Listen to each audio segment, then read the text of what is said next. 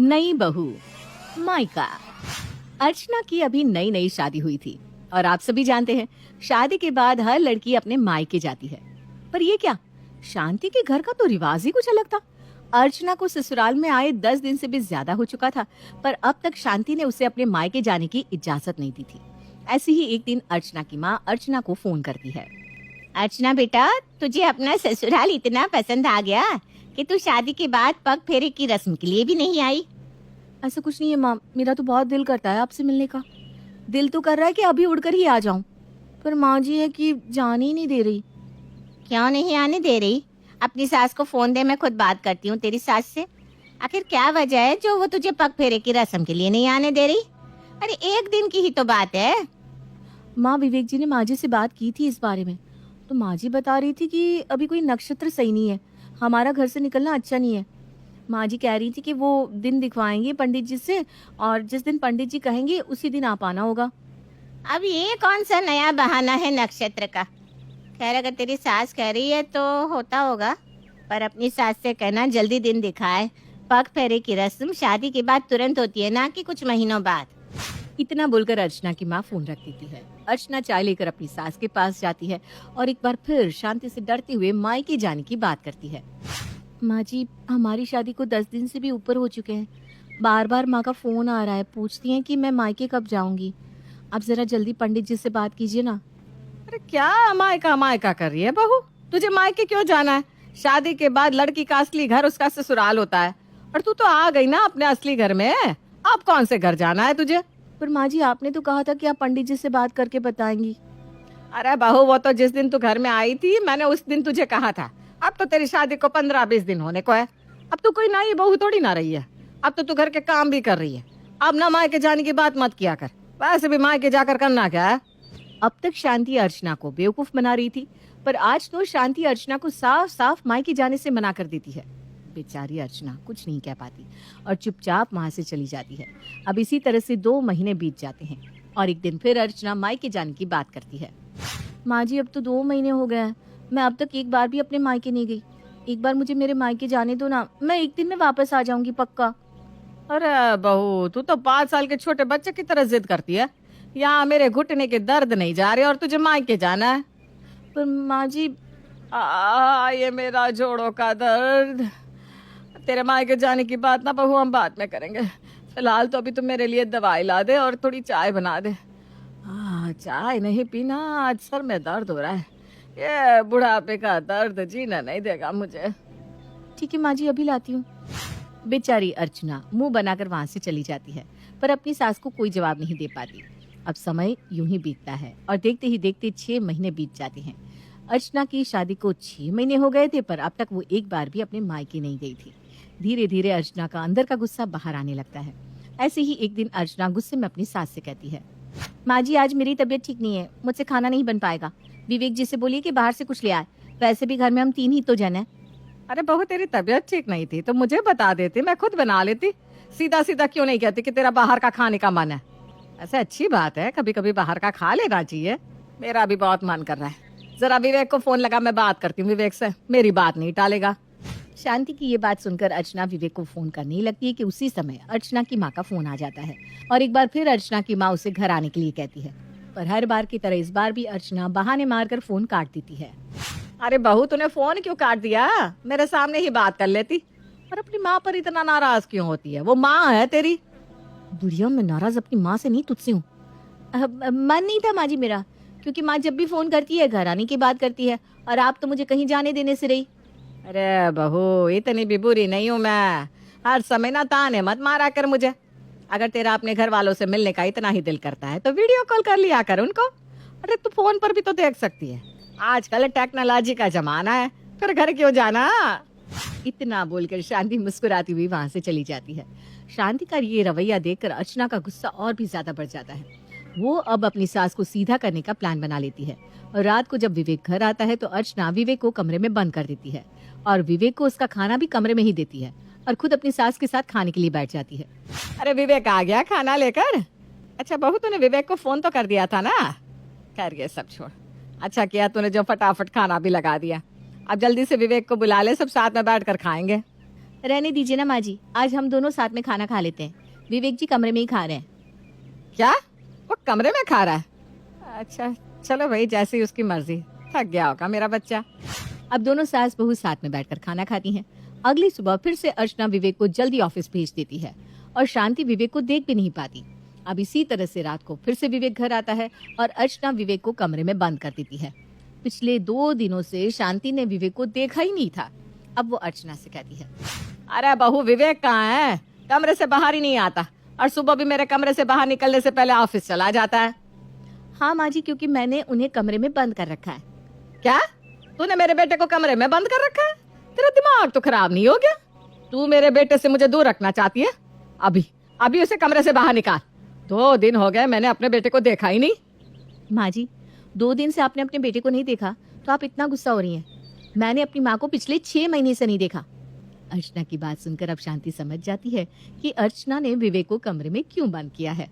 बहू, तू मुझसे बदला ले रही है क्योंकि मैंने तुझे तेरे मायके नहीं जाने दिया, इसलिए अब तू मुझे मेरे बेटे से दूर करना चाहती है। तो अभी दरवाजा खोल, मैं अभी अपने बेटे को देखूंगी और उससे मिलूंगी। माँ जी, आपसे किसने कहा कि मैं आपको आपके बेटे से दूर करना चाहती हूँ या मैं आपको आपके बेटे को देखने नहीं देना चाहती? अरे टेक्नोलॉजी का जमाना है, वीडियो कॉल पर बात कर लो, मिलना देखना दोनों हो जाएगा। और वैसे भी आपका बेटा रोज आपके ही घर में आता है, बस आपकी नजरों के सामने नहीं आ पा रहा है। याद है ना आपने मुझसे क्या कहा था? जब टेक्नोलॉजी का हो जमाना तो घर क्यों हो जाना। अगर आपको विवेक जी की इतनी ही याद आ रही है, चिंता सता रही है, तो कॉल कर लीजिए, उनका फोन उनके पास ही है। देख बहू, ये तू सही नहीं कर रही है, चुपचाप से चाबी मुझे दे दे। शांति बार बार अर्चना से कमरे की चाबी मांगती है, पर अर्चना चाबी नहीं देती। अब शांति गुस्से में खुद विवेक के कमरे के बाहर जाकर खड़ी हो जाती है और विवेक से कहती है, देख रहा है बेटा, तेरी बीवी पागल हो गई है। वो तुझे मुझसे दूर करना चाहती है। उसने तुझे कमरे में बंद कर रखा है। माँ, ये सब आपकी वजह से ही हो रहा है। आपने भी तो उसे उसके घर वालों से दूर कर दिया। अरे एक दिन के लिए अगर वो मायके जाना चाहती है तो जाने दो ना। कम से कम आपकी गलती की सजा मुझे तो नहीं मिलेगी। 2 दिन से कमरे में ही कैद हूं मैं। अब आप कुछ भी करके मुझे बाहर निकालो। हाँ हाँ बेटा, मैं करती हूँ, कुछ निकालती हूँ तुझे बाहर। ए बहू, मेरे बेटे को बाहर निकाल दे। तू जो कहेगी मैं वही करूंगी। तुझे मायके जाना है ना, 6 महीने हो गए तुझे मायके गए हुए। जा, तुझे जब तक रहना है आराम से रहना, पर अब मेरे बेटे को खोल दे। मैं अब और ज्यादा अपने बेटे से नहीं दूर रह सकती। ये हुई ना बात। पर आप कल फिर अपनी बात से पलट गई तो? इसलिए कल जब मैं मायके जाऊंगी तो मैं आपको कमरे की चाबी देकर जाऊंगी, फिर आराम से मिल लेना अपने बेटे से। इस बार अर्चना अपनी सास की बातों में नहीं आती और वो एक शर्त रख देती है। अब क्या था, शांति के पास अपनी बहू की बात मानने के अलावा और कोई दूसरा रास्ता ही नहीं था, इसलिए वो अर्चना की बात मान जाती है। और अगली सुबह जब अर्चना अपने मायके जाने लगती है तो वो कमरे की चाबी बाहर फेंक कर चली जाती है। जिसके बाद बेचारी शांति कमरे का लॉक तुड़वाकर अपने बेटे से मिलती है। पूनम, अतुल और विनीता तीनों बहुत खुश हैं क्योंकि उनके घर में बहुत जल्द एक नन्हा मेहमान आने वाला है। पूनम प्रेग्नेंट है। विनीता और अतुल पूनम का बहुत ख्याल रखते हैं। बहू, तू बस अपना ध्यान रख, ज्यादा इधर उधर घुमा मत कर। ये लो पूनम, ये केसर वाला दूध पी लो। अरे आप दोनों ने तो मुझे बीमारी बना दिया है। मैं ठीक हूँ, मेरा इतना ख्याल मत रखा करो, नहीं तो मेरी आदत खराब हो जाएगी। कुछ काम मुझे भी करने दिया करो ना।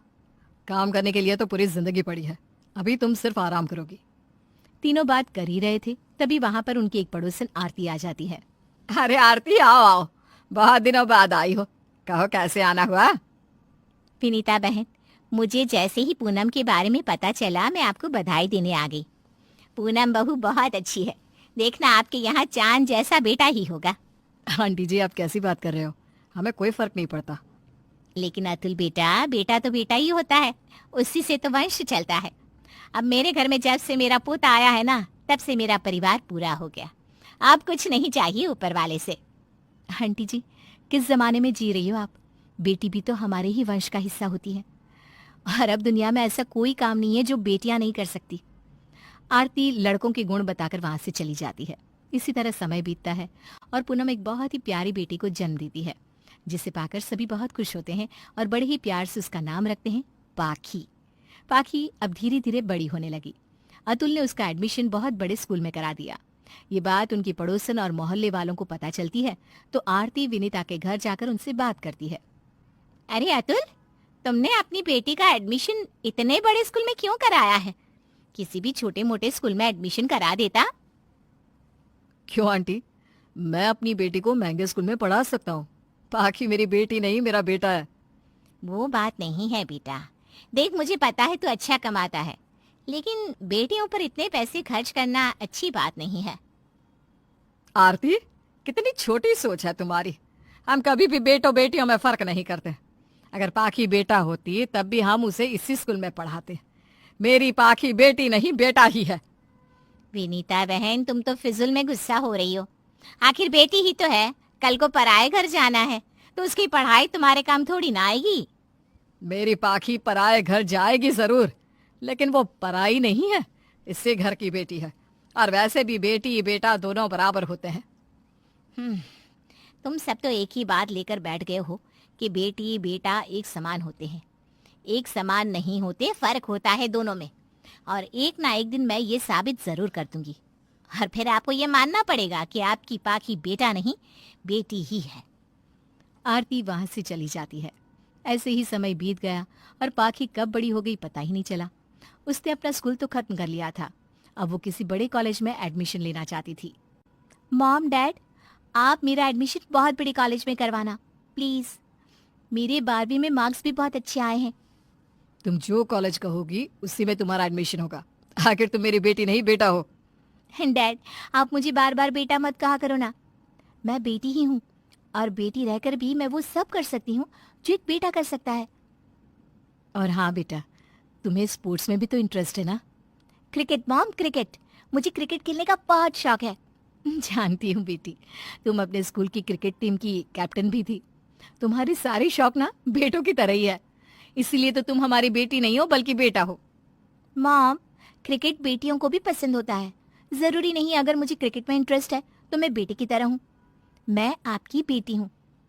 मॉम, कॉलेज की फीस बहुत ज्यादा है और मुझे क्रिकेट एकेडमी भी ज्वाइन करनी है। मैं क्रिकेट में ही अपना करियर बनाना चाहती हूँ। पाखी मेरी प्यारी बेटी, तुम फीस की चिंता मत करो।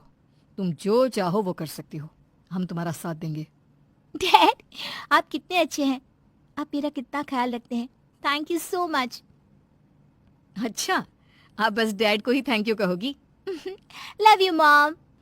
इस तरह पाखी अपनी पढ़ाई और क्रिकेट की प्रैक्टिस करने लगी। वो अपनी करियर पर ध्यान देने लगी। वो जो मांगती उसके माता पिता उसे वो दिला देते, लेकिन इस सब के चक्कर में वो अपने परिवार को समय नहीं दे पाती थी। पाखी बिटिया, इतना तैयार होकर कहाँ जा रही हो? मेरी ब्यूटीफुल दादी, मैं कॉलेज जा रही हूँ। बताओ तो कैसी लग रही हूँ मैं? मेरी पाखी बिल्कुल लड़के जैसी लग रही है, एकदम हॉट। दादी, आप मुझे लड़की जैसी हॉट भी तो बोल सकती थी ना। मुझे पसंद नहीं आप मुझे लड़की जैसा या बेटो जैसा बोलती हो तो। अरे तो क्या हो गया, ये तो अच्छी बात है ना। दादी, इसमें क्या अच्छी बात है? आप किसी लड़के से बोलो, अरे हमारा बेटा तो बेटी की तरह है, फिर देखो उसे कितना गुस्सा आता है। मैं बेटी हूँ, बस बेटी। अब पाखी दिन रात मेहनत करने लगी। उसने कॉलेज खत्म करने के बाद अपना पूरा फोकस क्रिकेट पर लगाया। एक दिन विनीता के भाई भाभी उसके घर आए। अरे भैया भाभी, आप दोनों यहाँ इतने सालों बाद आए हो, कैसे हो? हम तो ठीक है बहन, हम तो शायद अभी नहीं आते लेकिन आना पड़ा। बात ही कुछ ऐसी थी। जरा अपने बेटे और बहू को तो बुलाओ। अतुल, पूनम, बाहर आओ, देखो कौन मिलने आया है तुमसे। अतुल और पूनम मामा मामी के पैर छूकर आशीर्वाद लेते हैं। तुम दोनों पाखी के माँ बाप हो या दुश्मन? उसकी शादी करने की जगह उसे लड़कों की तरफ पैंट शर्ट पहनाकर खेलने के लिए भेज रहे हो। तुम्हें पता भी है सारे खानदान में तुम्हारी कितनी बदनामी हो रही है। मुझे कोई फर्क नहीं पड़ता मामा जी कौन क्या बोल रहा है, बस मुझे मेरी बेटी का सपना पूरा करना है। वो मेरे लिए बेटी नहीं बल्कि बेटों की तरह है। लेकिन है तो बेटी ही ना। मामी जी, मैंने उसे बेटों की तरह ही पाला है, बल्कि मैंने उसे इतना काबिल बनाया है कि वो कई और लड़कियों को अपनी तरह काबिल बना पाए। और मामी जी, मैंने उसे घर गृहस्थी का काम नहीं सिखाया, बल्कि ये सिखाया है कि लड़कों से कंधे से कंधा मिलाकर कैसे चलना चाहिए। अरे विनीता, तुम ही समझाओ अपने बेटे को कुछ। ये कैसी बात कर रहा है? बेटी को बेटी की तरह पालना चाहिए। भैया, मेरा बेटा ठीक ही तो कह रहा है। मेरी पाखी बहुत काबिल है। हमारी पाखी बेटी नहीं बल्कि बेटा है। तो ठीक है, जा रहे हैं हम।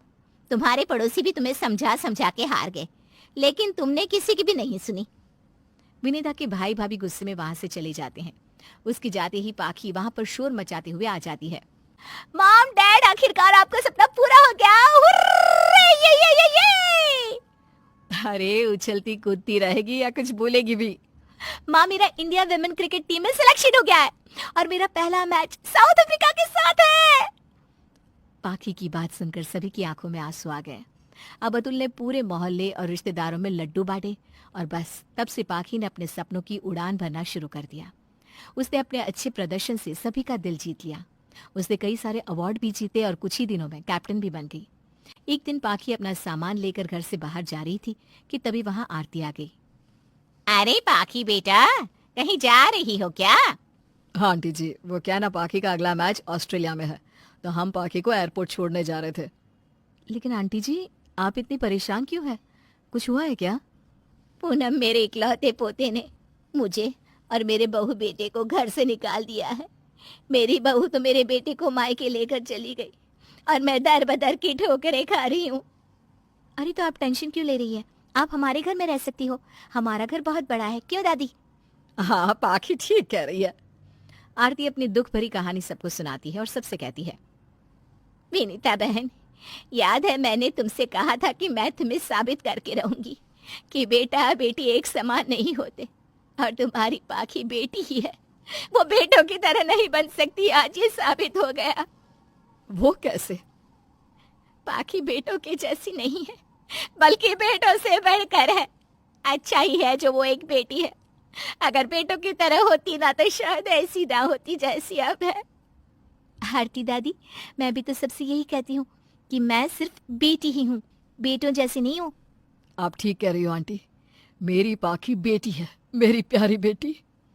सही कहते थे सब, मेरी पाखी बेटी है लेकिन बेटों से बेहतर है।